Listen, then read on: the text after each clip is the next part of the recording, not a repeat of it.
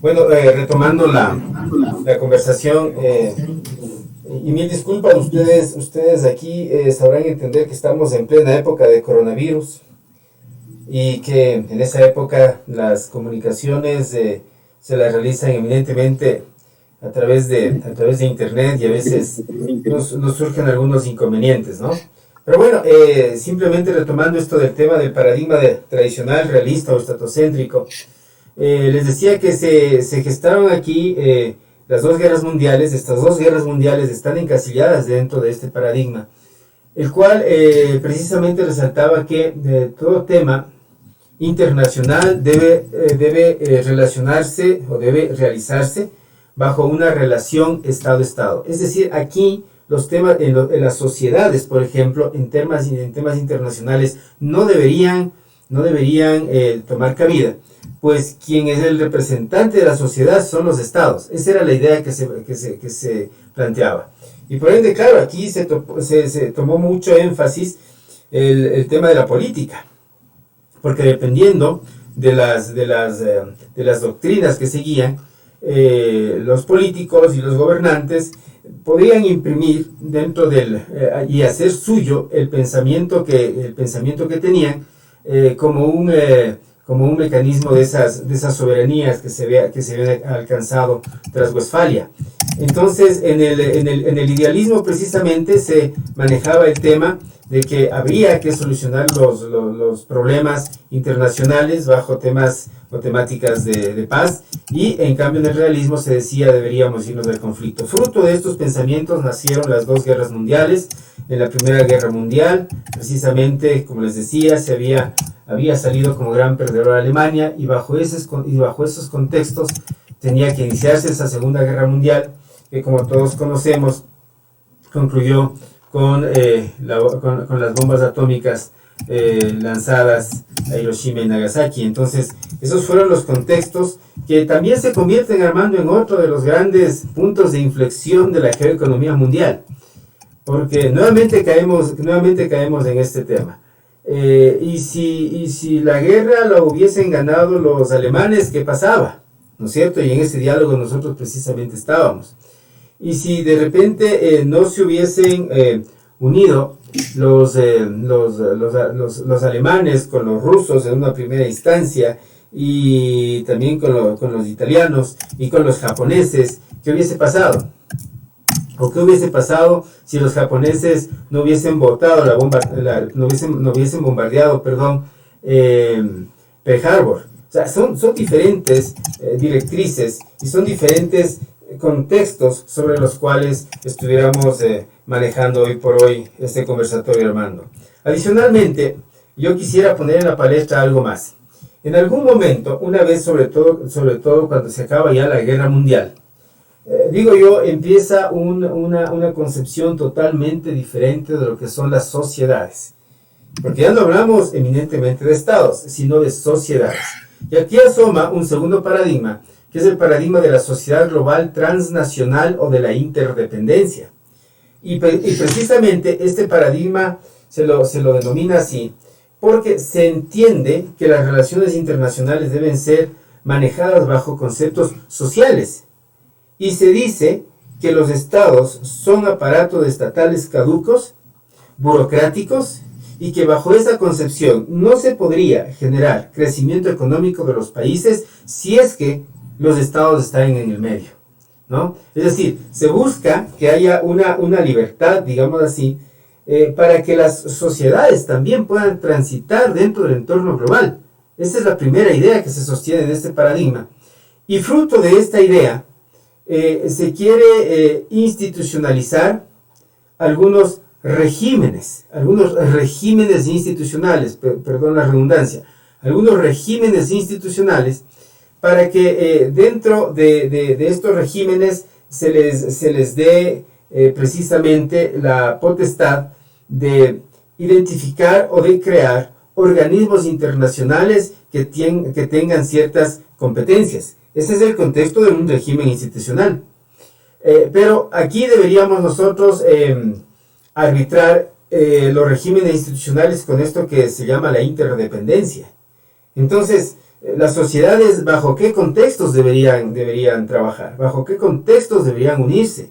Entonces asoman precisamente dimensiones, y a esto ya le vamos a dar un carácter sistémico, tal cual en la teoría de sistemas de Ludwig Bertalanffy se asocia precisamente la consecución de los sistemas. Porque los regímenes institucionales deberían ser alimentados bajo diferentes dimensiones. Entonces, habrá que poner dimensiones culturales, habrá que poner dimensiones económicas, habrá que poner dimensiones de comercio internacional, habrá que poner dimensiones financieras, es decir, una serie de dimensiones que estarían siendo bosquejadas bajo el arbitrio de ciertos organismos internacionales. Esa es la idea.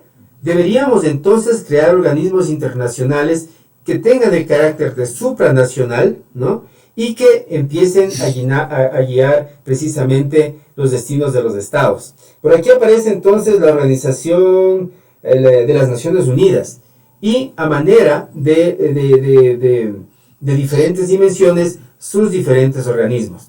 Entonces es muy importante que nosotros notemos este tema, porque de ahí precisamente nacen los diferentes contextos. Sobre todo, como estamos tratando el tema de geoeconomía, la geoeconomía debería tener entonces algunos organismos que apadrinen esas relaciones comerciales entre países, sobre todo la regulación del comercio internacional. Por ahí asoman algunos teóricos que dicen que los organismos internacionales deberían irse creando por regiones, y que esos organismos internacionales también deberían crearse entre pares, es decir, entre iguales. Y ahí asoma precisamente la integración revisada. Unámonos, por ejemplo, acá a nivel de la Comunidad Andina de Naciones, los países que estamos en América del Sur, unámonos los 5 países que éramos inicialmente. ¿Por qué? Porque aparentemente teníamos nosotros las economías iguales, y eso es la integración revisada. Para estos teóricos, en esta parte, no era dable que nos integremos con países que tienen un nivel de crecimiento económico diferente, porque precisamente tendrían ventajas sobre nosotros. Entonces deberíamos crear bloques económicos iguales que empiecen a funcionar a manera de una unión aduanera, digamos así, porque la palabra es unión aduanera, e implementemos nosotros, por ejemplo, aranceles externos comunes para todos aquellos países con los cuales negociemos, y entonces así saldríamos nosotros así beneficiados. Esa era la idea que se manejaba en la integración revisada. Pero por ahí también asoma la necesidad de que no necesariamente trabajemos con bloques comerciales, porque también se convierte en otra especie de burocracia.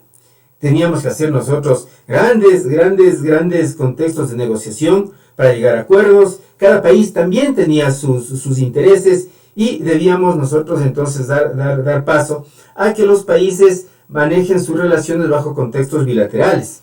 Entonces, en la parte bilateral, podríamos nosotros acogernos a las teorías del funcionalismo.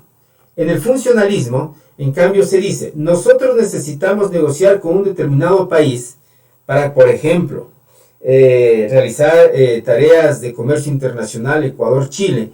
Entonces realicemos un acuerdo de complementación económica para un tema específico. ¿Y eso cómo lo llamamos? Funcionalismo, ¿sí? Porque va alrededor de un determinado contexto en el cual precisamente necesitamos trabajar de manera pero muy particular. Esa era la idea que se generaba ya en este tema.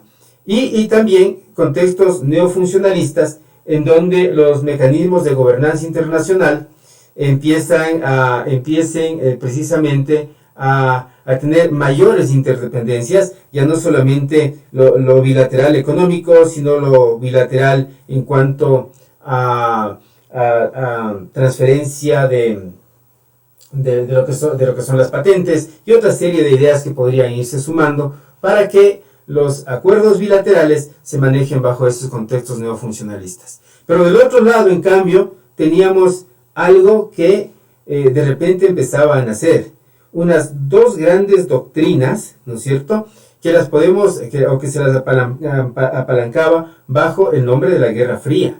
Las dos grandes doctrinas: o somos nosotros con una tendencia capitalista, o tenemos nosotros una tendencia socialista, o manejamos como enclave del concepto la propiedad privada, o hacemos que, en teoría, y digo esto en teoría, se distribuya esa riqueza de una manera equitativa entre las sociedades en los temas socialistas. Y la Guerra Fría tuvo precisamente esos dominios, porque era cómo organizamos el mundo, lo que decía Armando en el video anterior. ¿Cómo nos repartimos el mundo? Acá es cómo organizamos el mundo.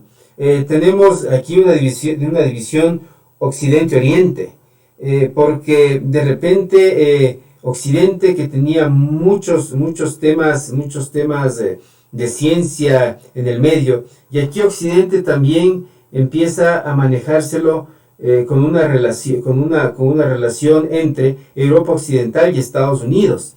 El Occidente, que significa luz, el Occidente, que significa conocimiento, y el Oriente, que de repente significa misticismo, el Oriente, que significa hagamos una sociedad equitativa, y empezaban a manejarse esos contextos. Nosotros el resultado ya lo hemos visto.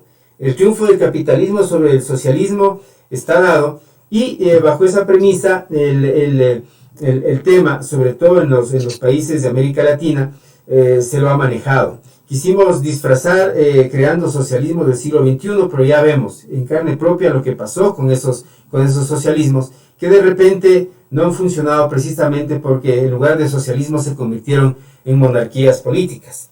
Y tenemos precisamente esos contextos ideológicos por acá. Y siguen sumándose contextos ideológicos bajo la idea de que, miren, ya no hace falta solamente el crecimiento económico de los países, sino también hace falta el desarrollo. Y la ONU precisamente empieza a manejar, me parece que es a partir de 1990, sus estudios de desarrollo humano, en donde nuevamente volvemos a los temas de la interdependencia. Pues hay estudios de desarrollo humano visualizados desde diferentes perspectivas. El desarrollo humano bajo la pobreza, el desarrollo humano bajo los accesos y libertades, según la doctrina de Amartya Sen, el desarrollo humano bajo el enfoque de la educación, y así, una serie de temas de desarrollo humano que siguen elaborándose, pues la tendencia occidental va hacia el desarrollo precisamente. Y por ahí asoman un grupo de países que también empiezan a manejar sus modelos económicos, tales cuales son los tigres asiáticos. No nos olvidemos, por ejemplo, de países como Singapur, que a pesar de no tener petróleo, sustenta su economía en las exportaciones de combustibles, ¿no? Entonces empiezan a emerger esas economías de países aparentemente pequeños, aparentemente denominados pequeños, pero que toman fuerza bajo la idea de impulsar sus sistemas económicos, mezclando un poquito así, digamos, ¿no? Temas capitalistas con un pensamiento propio del país. Por acá, en cambio, en Estados Unidos, nace un tema que quisiera que lo dialoguemos, Armando, y de una manera un tanto más detallada, digamos así. Porque asoma el tema de la libertad de elegir de Milton Friedman, ¿no? Que era capitalista en extremo, que manejaba un grupo de pensadores y alumnos que inclusive fueron de él y lograron las presidencias latinoamericanas, y que implementaron el denominado capitalismo del desastre, que fue impulsado por Naomi Klein. Quisiera que aquí, Armando, de repente nosotros podamos dialogar en esos temas, porque lo vivimos en carne propia, acá en el Ecuador, se lo vivió en Chile, en las dictaduras, y de repente tratar de entender el cómo el capitalismo empezó a no solamente dirigir la vida de los países, por acá, sino también a poner algo que a mí me parece que es un enclave dentro de este contexto, que es la famosa deuda externa. Digo yo, no sé si seguir explotando petróleo, no sé si seguir explotando este tipo de productos, y no sé si es que, si haber encontrado, me voy antes, no sé si haber encontrado petróleo fue precisamente la salvación económica del país, o a dónde nos llevó esta etapa petrolera, Armando. Sí, Jorge, gracias. Mira, a ver, es un tema, como tú dijiste, solo este tema para discutir en un diálogo que nos llevaría un muy buen rato coloquial y de intercambio de ideas y de conocimientos. Primero, esto de la libertad esta libertad de elegir de Milton Friedman, ¿no? O sea, ¿es justificar el capitalismo o es justificar o es disfrazar el consumismo para decir en pocas palabras o en palabras no economistas, pues yo vivo como yo quiero? Y tratamos sin duda alguna de justificar algunos aspectos, sobre todo económicos y sobre todo de consumo, que tú lo estás manifestando. Mira, las grandes transnacionales de los combustibles, pues más adelante vamos a hablar de la cuarta revolución industrial, en donde de la tercera revolución industrial, en donde ya se pregonaba que el uso de los combustibles biorrenovables, de las energías biorrenovables o renovables por último, si no bio.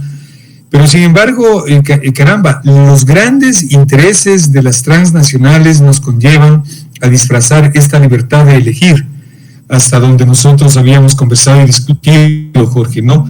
Es decir, si nosotros tenemos capacidad, digo nosotros del planeta Tierra, de la Tierra Patria, como la llama Edgar Morán, si nosotros tenemos la capacidad de la decisión, si nosotros tenemos la voluntad, si nosotros tenemos las condiciones para irnos por otro lado, no sé si llamarle el cambio de la matriz productiva, pero déjame decirle para irnos por otro lado, por otra vía. Sin embargo, son intereses de decisión, son intereses de libertad de elegir. Las grandes empresas automovilísticas siguen produciendo los vehículos de combustible fósil. Y claro, cada vez como la industria china nos sigue embelleciendo los productos a precios aparentemente a precios asequibles. Entonces, ahora encontramos que en el mercado ecuatoriano de los vehículos, Jorge, y eso creo yo que es la libertad de elegir, encontramos una gran variedad de vehículos chinos y encontramos con descapotables, y encontramos todoterrenos, y encontramos todoterrenos de cuero, y en la tecnología hacemos lo mismo, encontramos el Huawei ha desplazado al iPhone y al iPad, y el Huawei es chino, y Huawei encontramos desde $111, desde $117, y encontramos una cantidad de cosas, Jorge, ¿no? Encontramos una cantidad de cosas que, sin duda alguna, es increíble hablar de ejemplos chinos manejando una teoría muy capitalista, como tú dijiste, porque Milton Friedman, sí, sin duda alguna, fue un capitalista extremo. Pero algo que también manifestaste tú en esta teoría de Friedman, algo importante, es qué lección nos ha dejado para Latinoamérica los famosos Chicago Boys, a los que hacías mención tú. Chicago Boys, sí. ¿Cierto? Hay algunos países latinoamericanos que han llegado a ser gobernados por Chicago Boys. Pero también no nos olvidemos que en contraposición hay algunos países latinoamericanos y sobre todo gran parte del continente de América del Sur fueron gobernados por pensadores en cambio del socialismo del siglo XXI que tú ya dijiste. Caramba, y ahí nos viene una contraposición que, permíteme decir en términos muy morochos y no académicos, darnos contra el suelo.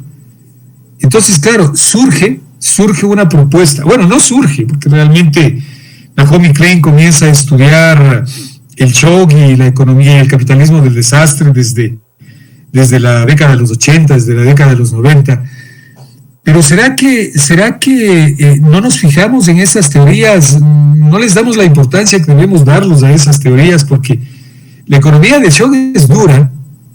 La economía de shock es dura en el sentido de cómo hace el análisis del caos, ¿no? Es decir, que los mismos gobernantes, los mismos gobiernos, son aupadores del caos. Economía de caos, o sea, el hablar de los combustibles. Mira, ahora está de moda el tema acá planteado de que el ministro de Energía ha manifestado de que ya no se puede hablar de subsidios a los combustibles porque con un petróleo de $0 es imposible. ¿Qué se va a subsidiar? Y tiene razón, pues, numéricamente, matemáticamente. Y el caos surge, ¿no? Pero también se nos olvida analizar, y yo invito, y creo que esto sí manifestamos en el diálogo de ayer, ¿dónde están los economistas que se olvidan de manifestar que el petróleo ecuatoriano fue prevendido?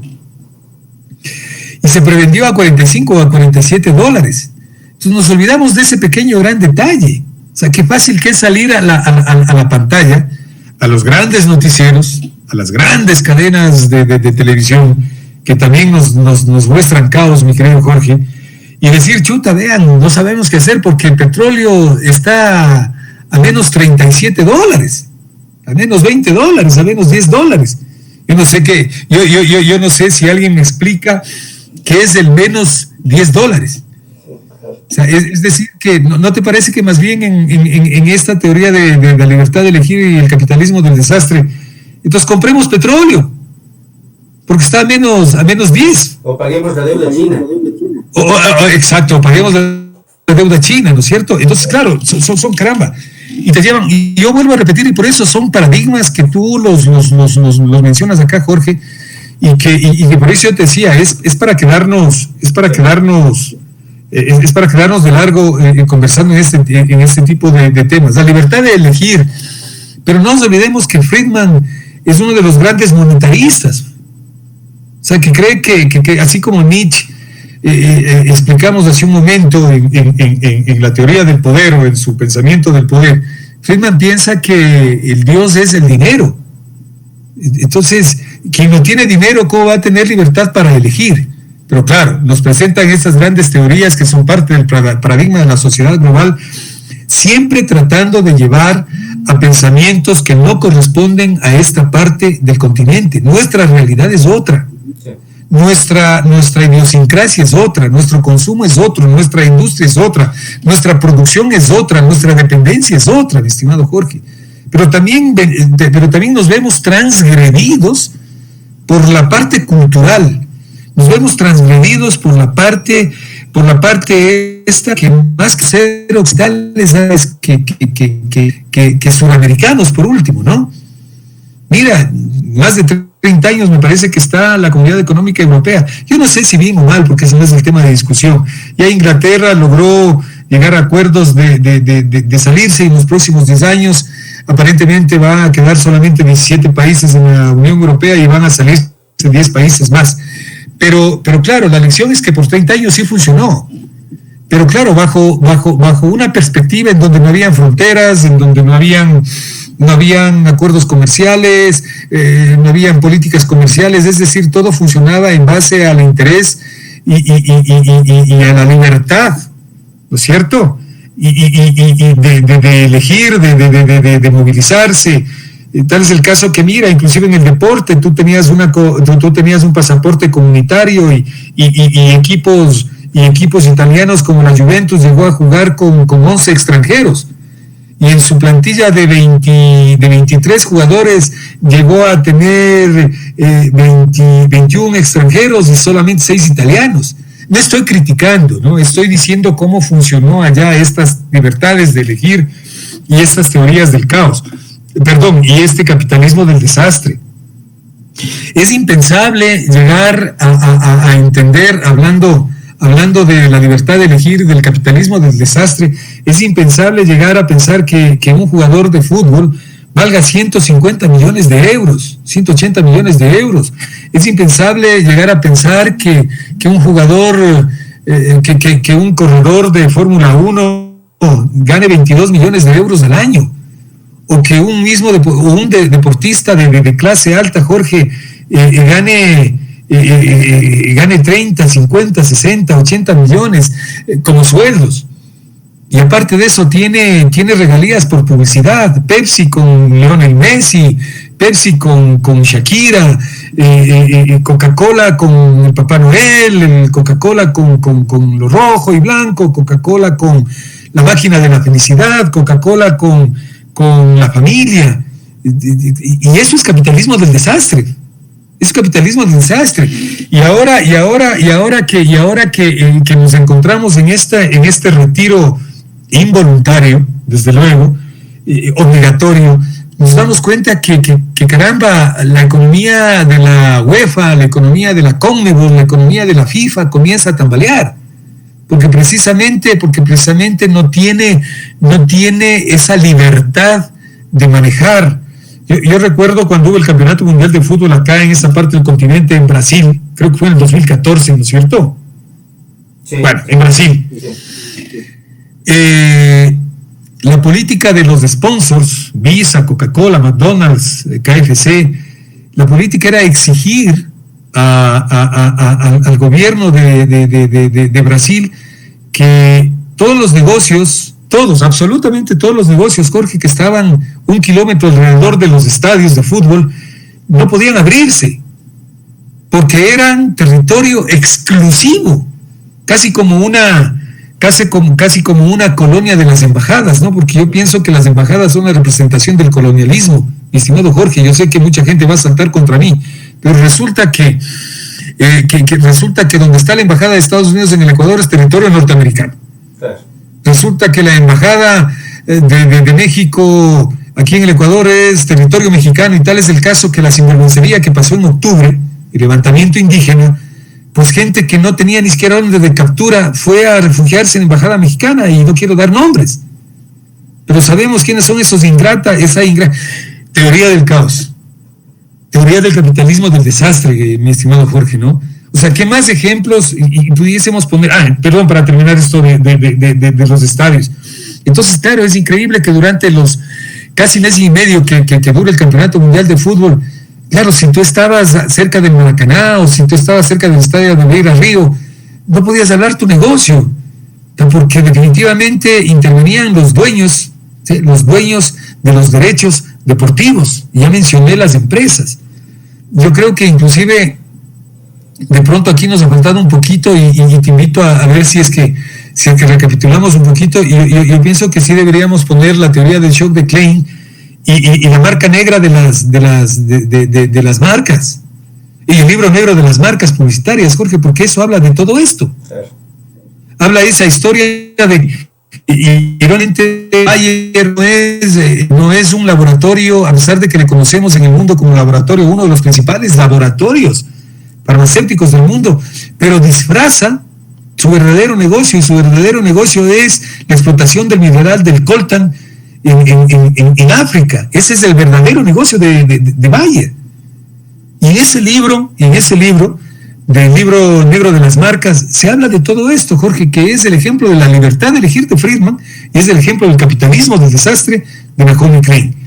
Y finalmente, que creo yo que más bien quisiera que tú hables de los mercados emergentes, que tú eres mucho más conocedor que quien le habla, pero claro, y vienen nuevas teorías como los sistemas mundos de Wallenstein, que nos habla de los mercados emergentes, ¿no es cierto? Y hablamos de las famosas BRICS, ¿no? Hablamos de los famosos BRICS, y para quien no conozca, BRICS son las economías emergentes o los mercados emergentes que surgen a través de países que están tratando de romper el dominio histórico que ha tenido el Banco Mundial, el Fondo Monetario Internacional, la banca norteamericana, y etcétera, ¿no?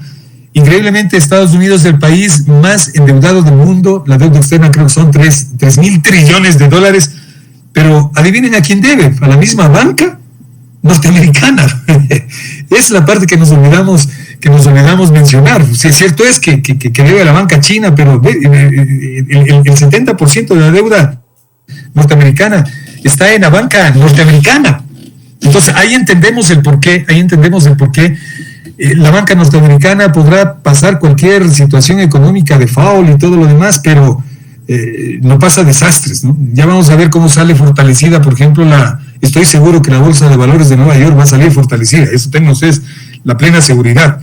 Entonces, claro, los mercados emergentes, decía las BRICS, es Brasil, Rusia, India, China y Sudáfrica. Y claro, en este juego de las economías o de los mercados emergentes, no entendíamos que iban a surgir otras variables que no son parte de las famosas fórmulas econométricas y que no estaban previstas. Entonces surgen estos mercados emergentes y estos mercados emergentes se convierten en lo que tú decías, Jorge, que a través de la maquila bajan tremendamente el precio de los costos de producción norteamericanos, chinos, hindúes, japoneses. Y claro, encontramos que alguna vez hicimos un estudio de mercado contigo, Jorge, de inteligencia de negocios, de la importación de calzado deportivo al Ecuador, y nos dimos cuenta que el calzado deportivo que vende Marathon Sport y con nombre y apellido, Marathon Sport, que vende en $120, y es un estudio que hicimos hace 2 años, valía $22 puesto acá, ¿no es cierto? Entonces, esas son las cosas que abordamos nosotros con discusión desde el paradigma de la sociedad global, y me gustaría dejarte sobre todo con la última parte de mercados emergentes, Jorge. Sí, Armando, muchas gracias. Muy interesante el análisis que haces de la libertad de elegir. Pero antes de abordar el tema de los mercados emergentes, yo quisiera que nosotros razonemos un poquito esto de la libertad de elegir desde la democracia, la famosa llamada democracia. Nos dicen que existe soberanía, nos ponen 3, 4, 5, 6, 100 nombres de personas que no conocemos, nos hacen votar por esas personas y hablamos que de la libertad de elegir. Ahí tampoco lo entiendo, hermano. Ahí tampoco entiendo ese tipo de cosas. Porque lamentablemente,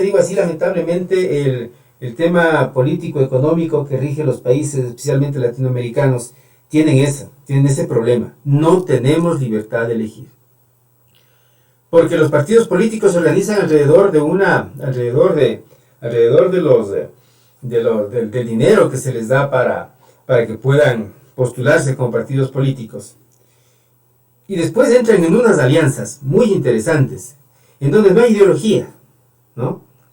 Entonces, mira, ahí es cuando uno empieza a denotar precisamente que no hay esa libertad de elegir. Una libertad de elegir que debería ser tremendamente transparente. Mira lo que tú hablabas en la última parte. Tú me hablabas del ejemplo del calzado. Mira qué pasa acá en los vehículos. O sea, tú coges y te compras, voy a poner algún nombre. Te coges y te compras un Volkswagen. Te compras un Volkswagen Jetta, por ejemplo. Resulta que el Volkswagen Jetta está en $24,000. Y cuando ves los costos de importación, está alrededor de los $10,000. ¿Dónde está el resto de dinero?, me pregunto yo. A ver, parece ser que el negocio está entre importadores y el Estado. Oigan, qué pena decir que el negocio está entre importadores y el Estado, pues. Porque resulta que el Estado impone tales condiciones arancelarias y tales contextos de cupos y ese tipo de cosas, que lo que hace es que el producto llevado al consumidor sea un producto carísimo, que no se lo visualiza así ni siquiera en los países que tienen poder económico, pues. Pero en cambio nosotros tenemos que pagar esas ingentes cantidades porque tenemos libertad de elegir, ¿no? Seguramente es por eso. Entonces, no entiendo. Y perdón, y lo grave, Jorge, es que nadie dice nada. Sí, y lo grave es que nadie dice nada. No se atreven a decir. Sí, y el problema es que existe una ley de transparencia. Y esa ley de transparencia aparentemente debería abrir no solamente cuentas públicas, fiscales, bases de datos, todo debería abrir. ¿Para qué? Para que en algún momento nosotros podamos tener acceso a las bases de datos, por Dios, no a la base tratada desde el propio gobierno. No tiene sentido. O sea, déjennos que aunque sea a tontas y a locas y con todas las miopías que podamos tener, analicemos las cifras y los datos desde las bases de datos. Mira, lo que pasa acá en comercio internacional es de Ripley, ¿no? Mira, nosotros queremos hacer un convenio con la aduana para poder tener las bases de datos de ellos y poder hacer un análisis de comercio internacional. No encontramos por aquí no nos abren las puertas y tenemos que recurrir a bases de datos internacionales para tener las bases de datos del Ecuador. ¿Qué te parece, Armando? Interesante, ¿no? ¿Sí? Entonces, mira, esa es la famosa libertad de elegir, en la cual nosotros deberíamos... Y otra cosa, perdón Jorge, y otra cosa, que la academia tampoco te da las facilidades, porque estas deberían ser herramientas que propicie el Estado a través de la academia, para que precisamente de ahí surjan las propuestas, en este caso el tema que nos atañe, de geoeconomía y negocios internacionales. Lógico, deberíamos manejar así. Pero mira, también quisiera poner aquí el tema del capitalismo del desastre, porque Naomi Klein cuando nos hace su presentación, nos habla de y cómo se implementa precisamente el capitalismo acá en los países de América Latina. Cómo se implementó el capitalismo. Y nos dice a nosotros que lamentablemente tenemos que ponernos en shock. Y cuando entren en shock, aceptan cualquier medida. O sea, ese es el concepto. Y mira, así nos pasó acá en el Ecuador, en la época de Maguad, ¿no es cierto? ¿Qué hicieron? Feriado bancario. Pero si a nosotros nos están quitando el dinero que tengamos en el banco, ¿no? Como premisa, tú vas a aceptar lo que te impongan, pues. Es decir, luego te imponen la dolarización, pero es que primero me quitaron el dinero y después le pusieron a valor de nada el dinero que nosotros teníamos, con ese famoso proceso devaluatorio. Cuando eso de pronto no era lo lógico, pues. Lo lógico era que los políticos que estaban al frente del proceso hubiesen tenido tal nivel de transparencia que no se haga de una política económica un hábito de consumo familiar, pues. Devaluemos para ver si ganamos más dinero. O sea, lo lógico era tratar bien las cuentas fiscales, ¿no? Y de repente, claro, ahora decimos, qué bueno que nos hayan dolarizado, porque más tenemos dólares y los políticos no pueden meter mano. O sea, ese es el justificativo para implementar una dolarización. Si es que ese es el justificativo, espero que siempre tengamos dólares aquí en la economía ecuatoriana. Y por lo tanto espero que siempre tengamos exportaciones de la economía ecuatoriana. Pero también no se olvidaron del otro asunto, pues. Tenemos nosotros los famosos subsidios petroleros de los que tanto hablan. Oigan, en la tercera revolución industrial, lo que menos debemos hacer es explotar petróleo. Porque si queremos nosotros conservar el planeta, ya debíamos hace fechas de haber implementado una matriz energética diferente.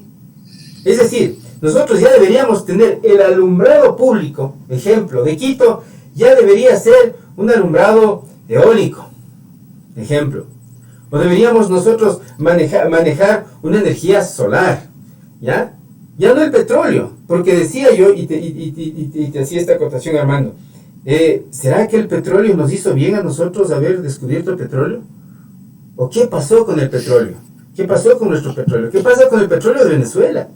¿No? O sea, países que aparentemente eran tan ricos, mira, van a caer en una fase en la cual se conviertan en países de un crecimiento económico, ahora sí, porque eso sí, de pronto lo podemos entender, Armando, de un crecimiento económico negativo, ¿no? Eso sí. Ahí sí podemos de pronto entenderlo, ¿no es cierto? Un crecimiento económico negativo. Y que de repente, en el momento en que estos países retomen su rumbo, como es el caso de Venezuela, el petróleo ya no va a tener valor, ¿sí? Entonces, mira, o sea, son cositas que nosotros deberíamos irlas visualizando. Y aquí invitar a las personas que nos escuchan precisamente a tratar de reflexionar el por qué precisamente esas negligencias de tantos años, disfrazadas de socialismos, disfrazadas de capitalismos, disfrazadas de lo que estén disfrazadas, porque yo creo que ahí no hay ideología, ¿no? Nos ha llevado a la posición en la cual estamos. Y precisamente es por eso que hacemos este énfasis, porque de alguna manera nosotros tenemos que empezar a manejar un pensamiento un tanto más interesante. Ahora, el tema que me decías, Armando, el tema de los mercados emergentes. Nosotros sabemos que estos mercados aparentemente se sustentan porque tienen grandes poblaciones, ¿no es cierto? Ese es el gran tema. En donde esas grandes poblaciones pueden, lógicamente, enfrentar o tener una fuerza laboral muy amplia, aparentemente a costos bajos, ¿no? Y por ende, si son muchos y tienen costos bajos, podrían dominar el mercado internacional sin ningún problema. Pero nosotros vemos que acá ya se está implementando ese tema, pues. Nosotros vemos a los hindúes por todos lados, ¿no? Hay grandes consultoras hindúes. O sea, por ahí está Tata, por ejemplo, que maneja todos esos procesos de elaboración de programas financieros y tanta cosa. Y por ahí encontramos a un Brasil con su población, y por ahí a un México, y por ahí a China. Ahora, yo no sé qué querías decir tú, Armando, en el momento que decías, no sabíamos de dónde, qué herramientas podrían utilizar. Y aquí no vamos a aseverar nada, pero sí sería muy importante que se averigüe de manera técnica, de manera científica, precisamente acá el origen del coronavirus. Ojalá se logre averiguar ese tema, para ver qué está pasando con esto. Y mira que aquí nos vamos a ir al otro lado. Nos vamos a ir al lado del tratamiento de las especies. Porque los humanos no podemos ser tan deshumanizados, ¿no? Y tratar a las especies como las estamos tratando. Tratar a las otras especies como las estamos tratando. Sobre todo el tema del tratamiento de las especies animales. Mira que la forma, el maltrato que nosotros les damos, las hormonas que les ponemos a los animales para que no cumplan ni siquiera su ciclo normal de vida. Creo que eso deberíamos llevarlo en el alma, porque es imperdonable, Armando, este tipo de temas. Es imperdonable ver cómo esos procesos de domesticación que nosotros algún rato hablamos influyeron en las dependencias de los animales. O sea, ¿qué daño le hicimos al perro, por ejemplo? El perro lastimosamente se muere de hambre. ¿Por qué? Porque nosotros le domamos. Porque ya no puede él proveerse de su propio alimento, ¿no? Qué pena que cuando entra una hormiga en nuestra casa, nosotros le matamos. Cuando entra una araña, le cogemos y le matamos. O sea, no tenemos esa conciencia con las especies. Y que de ahí precisamente nacen estas grandes preguntas, ¿no? Como el ser humano abusa de las especies, posiblemente estas enfermedades, que no sé si sean muy biológicas, que digamos, aparecen, ¿no? Y seguramente no hemos hecho el recorrido de las grandes extinciones que tiene el planeta, que ya lo vamos a hacer, o que tuvo el planeta. Seguramente no entendemos eso. Así como no entendemos los problemas que nos dejaron las guerras, cuáles fueron los grandes traumas que tuvimos. Entonces, mira, el tema por acá viene precisamente de eso. Necesitamos realizar o encontrar algún tema sobre el cual se genere una inflexión en esta forma de pensar de las sociedades. Temas que seguramente los podremos ya abordar en la tercera revolución industrial, que eso viene también desde Occidente, pero que me encanta una partecita de la tercera revolución industrial, porque Jeremy Rifkin, él lo pone y da ejemplos, ¿no?, de cómo debería manejarse la sociedad. Y él dice, nosotros deberíamos manejarlo bajo un concepto de comunidad. O sea, pero claro, no pone mucho énfasis en la comunidad, solo lo menciona. Y da ejemplos, pero da ejemplos desde lo tecnológico, ¿no? Entonces, él sí habla de que la comunidad debe manejarse sobre todo alrededor del Internet, alrededor de las redes sociales, y que el concepto comunitario ahí está muy bien aplicado, porque a aquellos genios que se les ocurrió crear el Facebook, que se les ocurrió crear el YouTube, crear estos sistemas de redes sociales, seguramente no pensaron en cómo iba a tener un impacto tal, ¿no?, que seguramente toda la gente estamos conectados alrededor de esos temas. Entonces, Armando, yo te invito a que tú manejes el tema de la tercera revolución industrial para poder seguir con este diálogo. Bien, Jorge, sí, muchas gracias. No, más bien, creo yo que hemos, en este tema nos hemos detenido porque ha valido la pena y porque estamos seguros que esto de las sociedades globales y todo lo demás era importante hablarlo. Pero claro, parte de estos paradigmas es esta tercera revolución industrial a la que precisamente tú te refieres. Sí, efectivamente, Jeremy Rifkin, quien es autor, la denominó inicialmente revolución científico-tecnológica, ¿no? Pero como tú dijiste, él le aborda a la tercera revolución industrial con mucho, yo diría, con una manera distinta, una forma distinta de ver el comportamiento de las especies. Y me refiero específicamente hombre, naturaleza, hombre, ambiente, hombre, medio ambiente, en esos términos, ¿no? Entonces,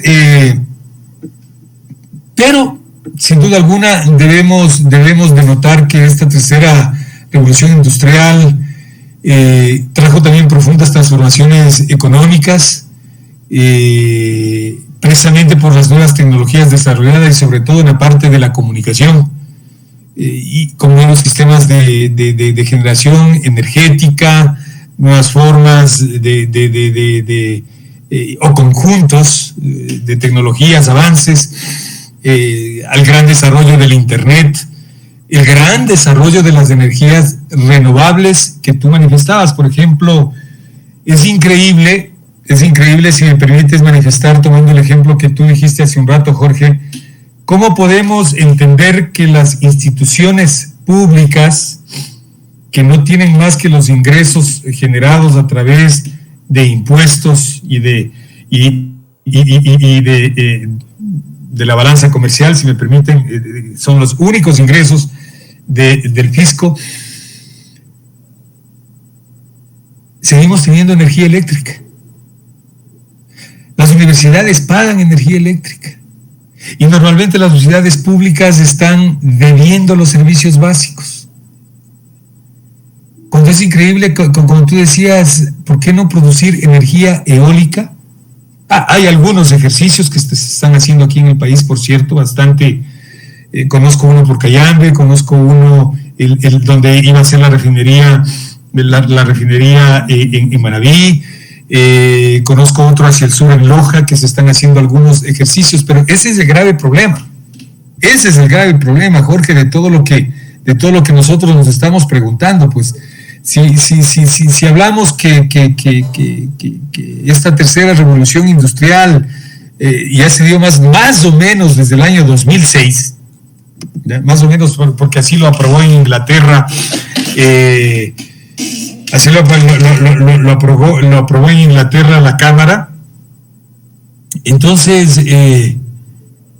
ahí nuevamente vuelve ese sinsabor de hablar, Jorge, que distanciados. Y la pregunta que habíamos hecho hace un momento, ¿en qué revolución industrial nos encontramos? Es lamentable, ¿no? Además de esto, lo que decía también los intereses de las transnacionales. Entonces, todavía no se desarrollan, aquí hablamos de ciudades inteligentes, smart cities, como siempre, con los términos o con las terminologías de moda nada más. Pero entendemos lo que es una ciudad inteligente. Alguna vez escuché a alguien decir, político, por cierto, es que una ciudad inteligente es brindar el 100% de conectividad. Chuta, si pensamos que solamente el Internet es hacerle una ciudad inteligente, caramba, esa es nuestra realidad, ¿no?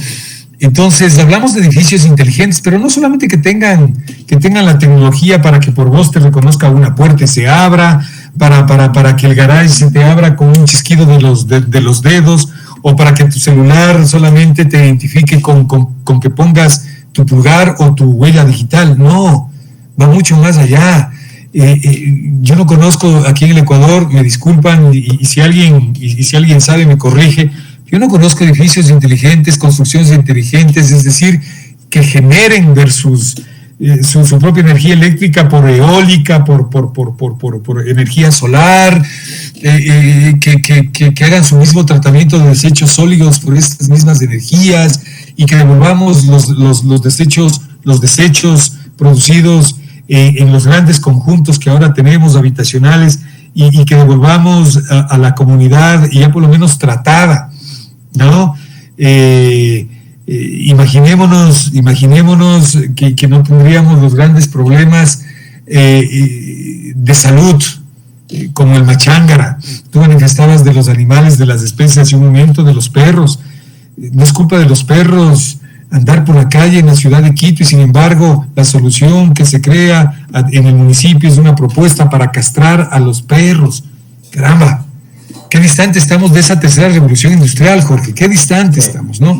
Entonces, bueno, la tercera revolución industrial, para concluir, no fue otra cosa que la conjugación de propuestas desde este autor Rifkin, que lo que buscó es el cambio hacia mayor utilización de energías renovables, una transformación cada vez más grande a generación de energías propiamente dichas, propias energías, a lo que me refería en los ejemplos, el desarrollo de baterías recargables, ¿sí? como tecnologías de almacenamiento de energía, el desarrollo de la red eléctrica inteligente, ¿sí? O de las smart grid que decía hace un momento, y el desarrollo del transporte basado en vehículos eléctricos, híbridos o híbridos eléctricos, ¿no?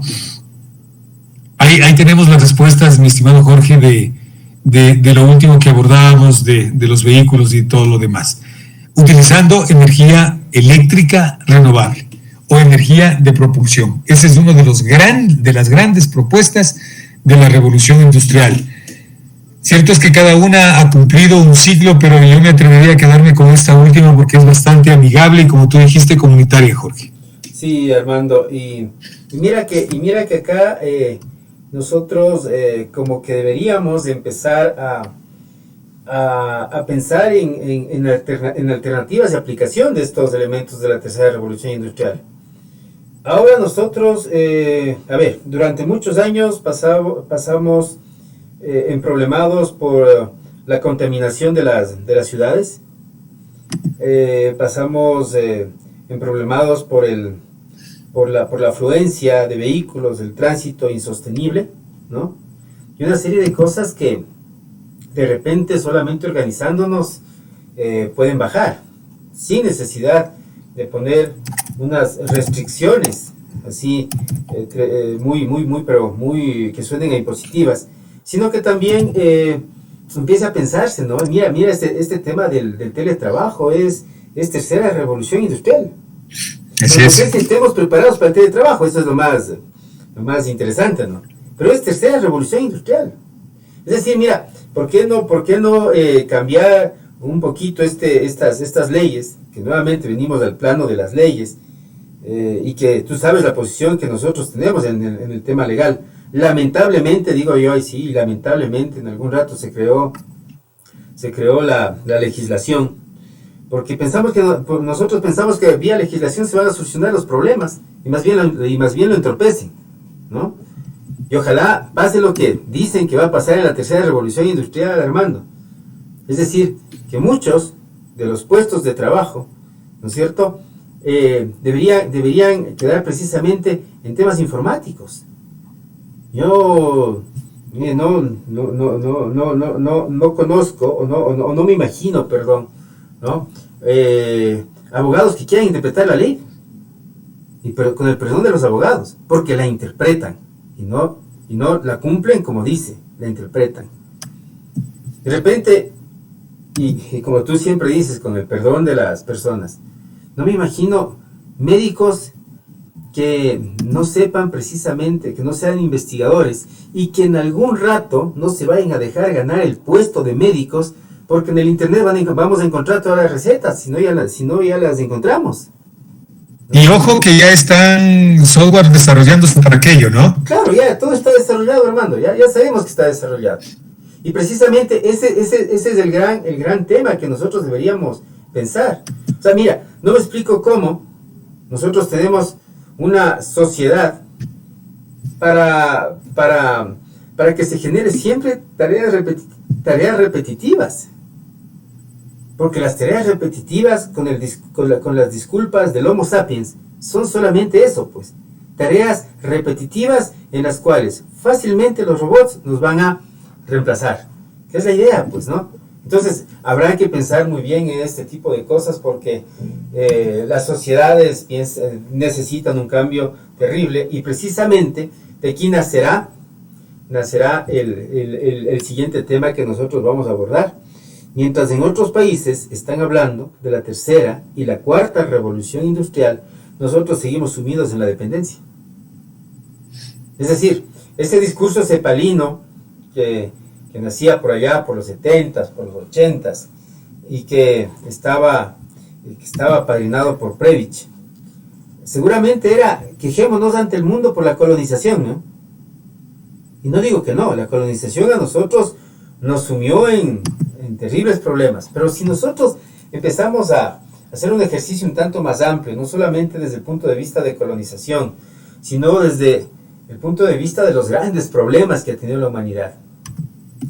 A ver, a pesar de que por ahí Morán nos habla de la barbarie de Occidente, la barbarie de Occidente era de los que gobernaban, no de sus pueblos. La barbarie de Occidente eran de las monarquías, no de sus pueblos. La barbarie de Occidente era de la militarización, no de sus pueblos. Entonces, ¿cómo entendemos que inclusive en la parte occidental estuvieron sumidos a terribles problemas? Y de ahí los famosos movimientos del rock, Armando. Porque los movimientos del rock, precisamente, en esa época, lo que hacían era tratar de hablar o de expresar bajo un tono diferente el descontento que tenían las propias poblaciones europeas ante estos maltratos, ante estas imposiciones. Yo recuerdo la canción de Scorpions, por ejemplo, decía que ya se acaben las guerras, ¿no? Y así tenías tú una serie de cantantes que así lo decían y que manejaban contextos filosóficos. Y me acuerdo de un Time de Pink Floyd que nos habla de que el tiempo se nos va muy pronto, ¿no? Y así una serie de bandas que de una u otra manera tenían una conversación tremendamente filosófica, ¿no? ¿Sí? Entonces, mira Armando, poder tratar de cruzar precisamente ese entorno ese entorno de la tercera revolución industrial con el entorno de la dependencia, precisamente nos hace dependientes, pues. Porque si la tercera revolución industrial nos está hablando de desarrollos de otro tipo de industrias, ¿no? De industrias que vayan a favor del medio ambiente, de industrias que vayan a favor de lo comunitario. Y la dependencia, los países de la dependencia, estamos a favor de crear gobiernos inoficiosos que hasta ahora siguen pensando que la única forma de tener dinero es a través de ¿qué? De cargar de impuestos y más impuestos y más impuestos a los consumidores, Armando. Sí, sin duda alguna, Jorge. Este paradigma de la dependencia nos conlleva a repensar lo que tú acabas de manifestar, ¿no? Nosotros tenemos ahí para la lectura de los amigos que lo que manifiesta Emanuel Wallenstein, sí, el moderno sistema mundial, ¿no? O sea, que es de 1974, el moderno sistema mundial. Las relaciones económicas mundiales, dice, forman parte de un sistema global en el seno del cual las naciones más desarrolladas explotan tanto la mano de obra como los recursos naturales de aquellas naciones en vías de desarrollo. Este sistema mundial, los sistemas mundos, dificulta el desarrollo de los países pobres y garantiza que los ricos sigan siendo los principales beneficiarios de las cadenas globales de materias primas y de los productos y de la riqueza creado por el capitalismo industrial. Qué interesante reflexión, por eso me permití leer, Jorge, ¿no? Es una interesante reflexión de Wallenstein que nos lleva a lo que tú decías, esas dependencias. Entonces, ¿acaso no está insistimos, en nuevas propuestas, en nuevos mecanismos, en nuevas ideas, en nuevos modelos, que yo sí he de resaltar una vez más, y me han de escuchar varias veces más en estos diálogos, por lo menos nos estamos atreviendo a dar una óptica económica desde no económicos, una óptica académica no desde las aulas, una óptica académica más bien desde diálogos. Y eso es importante porque sin duda alguna creería yo que volvamos al petróleo.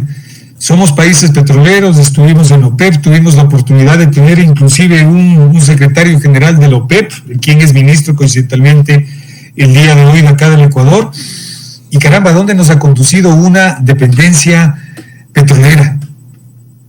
¿A dónde nos ha conducido una dependencia petrolera? Somos países exportadores de petróleo, pero importamos nafta. Somos países exportadores de petróleo, pero importamos gasolina, querosene, diésel, importamos combustibles. Terrible, ¿no? Cierto es, de acuerdo a las teorías económicas y de acuerdo a las teorías del comercio internacional tampoco y de los negocios internacionales, no podemos ser autoabastecedores, pero existen modelos que no soy quien tampoco para decir que sean de éxito, pero existen modelos que por lo menos debería llevarnos a pensar. Yo creo que el modelo chileno, independientemente de la política de Pinochet y todo lo demás, yo creo que el modelo boliviano, independientemente del señor Evo Morales y todo lo demás, pero creo yo que por lo menos debería llevarnos a pensar un poquito en que deberíamos tratar de salir de ciertos conceptos ya tradicionales y ver realmente en dónde estamos, porque no sé si las revoluciones industriales fueron para nosotros, mi querido Jorge. Hablando de la primera revolución industrial, aquí seguimos teniendo el tren Ecuador. Y el tren Ecuador, por Dios, es para hacer paseo de 4 o de 5 gentes y ahí tenemos los graves problemas. O sea, no se trata de que por un lirismo político de tratar de reivindicar la memoria del viejo luchador, con todo respeto, porque también admiro a Eloy Alfaro, pero no volver a caminar, no volver a echar a andar un ferrocarril que no se sube ni el mosco, con el debido respeto, ¿no? He ahí los graves problemas que tenemos. Sí, y con esto, pues para abordar de manera breve, no quisiera yo cometer el error de decir que ya estamos en una cuarta revolución industrial.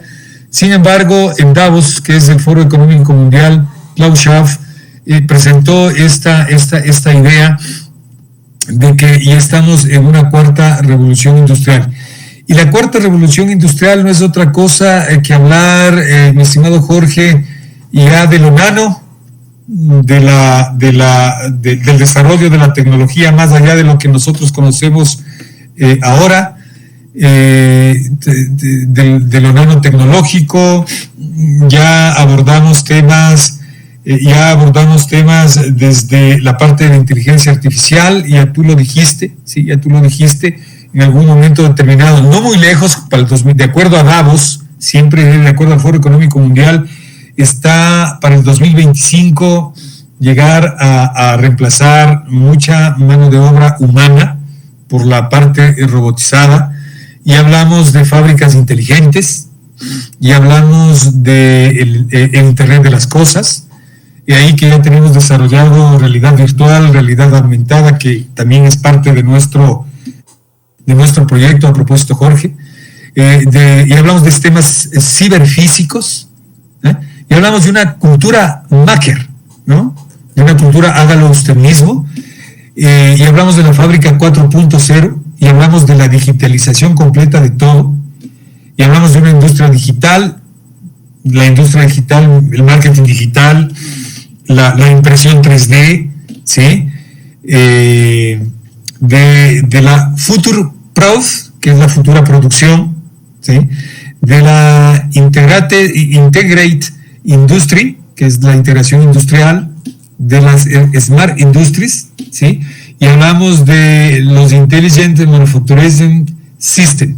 Entonces, claro, temas completamente nuevos para nosotros, Jorge, pero que son parte de esta cuarta revolución industrial y que sin duda, como tú lo has puesto muy bien ahí, son los nuevos poderes del cambio que se vendrán de la mano de la ingeniería genética, de la neurotecnología, de las neurociencias, de lo que habíamos dicho, la impresión 3D, de los vehículos autónomos, de la computación cuántica, en fin.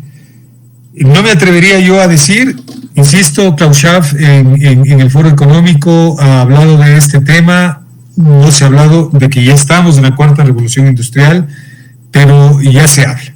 Y creo yo que ahí, y creo yo que lamentablemente debemos decirlo y aceptar que las brechas entre países periféricos y países de centro parece que lamentablemente se agrandan, Jorge. No sé si estoy equivocado o algo me puedes aportar tú.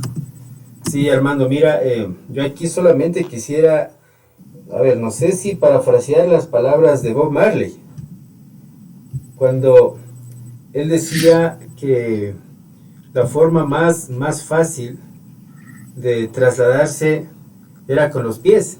¿Te acuerdas que él decía eso? Sí, sí. Y que bueno, eso nos lleva a una carrera que no tiene freno. Es una carrera del famoso capitalismo o la economía capitalista, que no sé honestamente a dónde nos puede llevar, Armando, porque nos han vendido lamentablemente las famosas ideas de desarrollo, han hecho que nuestras familias se quebranten con estos usos exagerados de tecnología, han hecho que cuando nosotros salimos a tomarnos un cafecito por ahí, Armando, que lo hacemos recurrentemente, vemos que la gente ya no se habla, vemos que las personas han tomado rumbos digitales, y que la hora es conocer nuevos países, conocer nuevas culturas, hacer mucho turismo, y empezar a manejar ese tipo de temas que de repente no son básicos, Armando, y que seguramente a partir de esto se maneja precisamente esas inquietudes que tenemos en todos los países. ¿Será que alcanzar estos altos niveles de desarrollo nos generan felicidad? Es una pregunta bien complicada y que tú en muchas de las veces me has referenciado algunos autores en los cuales precisamente las cátedras de mayor éxito son en el mundo, son cátedras de la felicidad. O sea, buscar la felicidad a través de ¿dónde? Nosotros quisiéramos aquí primero impulsar los temas de la armonía comprendiendo lo demencial del ser humano, por eso hemos hecho el recorrido ANIA. El recorrido ANIA es un recorrido de las verdades, seguramente no de nuestras verdades, sino de las verdades que las sociedades han querido verlas como suyas y apropiarse de ellas. Es que mi verdad fue ser monárquico, mi verdad estuvo en la guerra, mi verdad está en el capital, mi verdad está en el desarrollo. ¿A dónde está la verdad, Armando? Que ese es el tema que nosotros nos hemos preguntado durante mucho tiempo. Y seguramente queremos hacer un ejercicio en donde precisamente los seres humanos empecemos a humanizarnos, como decía Morán. Y por acá solamente queremos dejar algo que es bastante trágico tratar de entenderlo. Estamos al borde de la sexta extinción de la vida en el planeta. Pero seguramente muchos no lo conocíamos. Pero durante este trajinar de implementación de vida en el planeta, que seguramente se formó hace 4.500 millones de años, 5.000 millones de años. Mira, hace 445 millones de años ya desaparecieron el 60 y el 70% de las especies que habitaban en esa época, y la causa probable fue el periodo glaciar. Hace 360 y 375 millones de años hubo el 75% de desaparición de las especies, y la causa probable fue el agotamiento del oxígeno en los océanos. No nos olvidemos de que la vida, según muchos de los estudiosos, se originó precisamente en el agua. Hace 252 millones de años se desapareció el 95%, ojo, que es un 95%, ¿no? Y la causa es el impacto de asteroides y la actividad volcánica. Entonces, por acá, de repente, es importante que nosotros veamos que este tema en esta época fue considerada calificada como la madre de todas las extinciones. Crisis biológica devastó océanos y tierras, ¿no? Por acá, en el periodo Triásico, encontramos que hace unos 200 millones de años hubo una desaparición de entre el 70 y 80% de las especies, y esto está todavía en debate, ¿no? Pero aparentemente, en esta época, se fragmentó el Pangea, ¿no? Y en el periodo Cretácico, hace 66 millones de años, desaparecieron los dinosaurios, ¿no? Con un impacto de un asteroide en Yucatán. Entonces la pregunta es, y el diálogo lo dejaremos abierto para otra oportunidad, ¿qué pasa con este actuar del ser humano? Que seguramente va bordeando los límites que encontramos en estos grandes desastres naturales, y que malo sería que el planeta no se vuelva habitable por los seres humanos, para lo cual nosotros proponemos algo. Deberíamos empezar a pensar en que la economía capitalista se convierta en una economía del compartir, y que por ahí vamos a tratar de manejar algunas ideas en los módulos posteriores para que el compartir se convierta precisamente en el enclave de las sociedades o de las comunidades ancestrales yachachicos, Armando. Sí, Jorge, a mí sobre todo esta última reflexión que puede, como tú dijiste, ser desastrosa, más bien yo pensaría que es de oportunidad. Sé que vamos a tener muchos detractores, ¿no? Porque precisamente estamos haciendo una propuesta atrevida y que hasta ahora no lleva una sola fórmula matemática ni estadística. Bueno, tampoco queremos llegar a eso que quede claro también, ¿no? Pues aquí se trata de que la comunidad vaya creciendo y que precisamente de ese crecimiento vayan surgiendo los diálogos, y de esos diálogos vayan surgiendo las propuestas. Y esta última parte que tú la presentas, que es supremamente interesante, sí, pero supremamente interesante, esto de la desaparición de las especies. No nos olvidemos que somos una especie más en el planeta y una especie más en el universo. Y un universo inclusive minúsculo frente al inmenso cosmos que encontramos afuera. Soy un asiduo seguidor de este programa Cosmos, que es de National Geographic o de History Channel, me parece, pero un asiduo seguidor de este programa.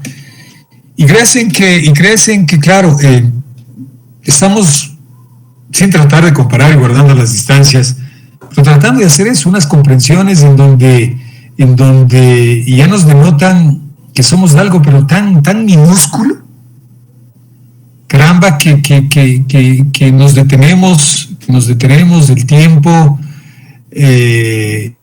pensando en otras cosas, ¿no? A veces hay gente que vive del pasado, cuando el pasado pasó y no podemos hacer nada para cambiar ese pasado. Hay gente que vive del futuro y como decía Jorge, justo Jorge decía, y si hubiese seguido esa profesión, pasó, otras son las realidades. Y el futuro igual, el futuro no existe, el futuro es incierto. Por eso Einstein decía que el tiempo era relativo, más bien no absoluto. Por lo tanto, es el hoy. Y creo yo que es una obligación, sobre todo a quienes estamos vinculados a la academia, Jorge, de dejar un legado. Hay una palabra que a ti te gusta y que desde la primera vez que te escuché me sobreencogió en tanto y en cuanto en el concepto que lo manejabas. trascender. La trascendencia significa dejar no un legado. La trascendencia significa haberse atrevido a través del puesto en el que ocupas, de el cargo en el que tienes, de las funciones que desempeñes, en tratar de romper esquemas y, por más difíciles que se nos parezcan, hacer propuestas que puedan surgir. Por último, discusión. Y esa última parte, porque todos han propuesto, porque no nosotros. Entonces, eso estamos atreviéndonos a hacer, Jorge, ¿no? Porque mira, para culminar ya con mi intervención nada más, hablábamos de la cuarta revolución industrial y llegar a esto, Jorge, ¿no? Hay una persona, Klaus Schwab, que dije que Davos lanza las 7 tendencias que guían el nuevo capitalismo. O sea, Davos, sin ser economista, pero ya sin ser premio Nobel, pero ya lanza la nueva economía mundial. 7 puntos, rapidito que los leo. 1. Mejores compañías para un mundo mejor. ¿Cómo se logre? Ignoro. Habrá que leerlo. 2. El planeta es el centro del debate global. ¿Sí? Habrá que ver cuál es la discusión. Solamente les voy a nombrar, como dije, les dejo ahí. 3.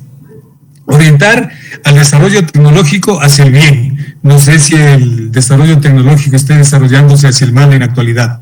4. El futuro del trabajo. Ya dijimos, ¿no? O Jorge dijo, esto es importante, ¿no? De la cantidad de puestos de trabajo que van a ser reemplazados. 5. Una sanidad del futuro. Una sanidad del futuro. 6. Hacia una geopolítica verdaderamente global. ¿Qué es lo que estamos tratando? No seremos Davos, pero somos comunidades de achachicos y estamos haciendo nuestra propuesta. Y 7, la exigencia de un sistema económico más justo. ¿Cómo? No sé. Les ofrezco leer y les ofrezco que también ustedes lean. Así como Davos hace una propuesta en 7 pasos, la misma propuesta lo está haciendo comunidades de achachicos, mi querido Jorge, ¿no? A través de todo esto. Y, por ejemplo, la última parte que tú enfocas de esto dice la economía del capitalismo a la economía del compartir. Y qué importante, ¿no? A veces minimizamos lo que es Wikipedia. Pero Wikipedia, Jimmy Wallace, se atrevió a compartir, no a cobrar, como las grandes revistas científicas, de Scopus, de los rankings, ¿no? De todos ellos que nos ponen, cobra. Wikipedia se atrevió a ver la ciencia como compartir. O Facebook, ¿no es cierto? Y la historia de Zuckerberg es media interesante, es bastante interesante. O las aplicaciones en alimentos y transportes, o electricidad solar que habló Jorge, o los servicios financieros, como ya les dije, de la psicología positiva y las finanzas felices, o la realidad virtual, o los trabajos comunitarios, o comunidades de achachicos. Con eso quería concluir, Jorge. Sí, Armando, muchas gracias. Miren, ahora solamente dejamos la invitación para poder abordar los temas posteriores. En primera instancia vamos a presentar un estudio de investigación que lo realizamos, en el cual se recoge el modo de pensar de las personas en el planeta bajo algunas ideas que compartimos. Ese será el siguiente tema. Después queremos poner en la palestra el pensamiento complejo de Morán, y en los últimos módulos precisamente plantearemos el cómo debería manejarse una economía de tipo comunitario. Les agradecemos mucho por la atención. Muchísimas gracias, Armando.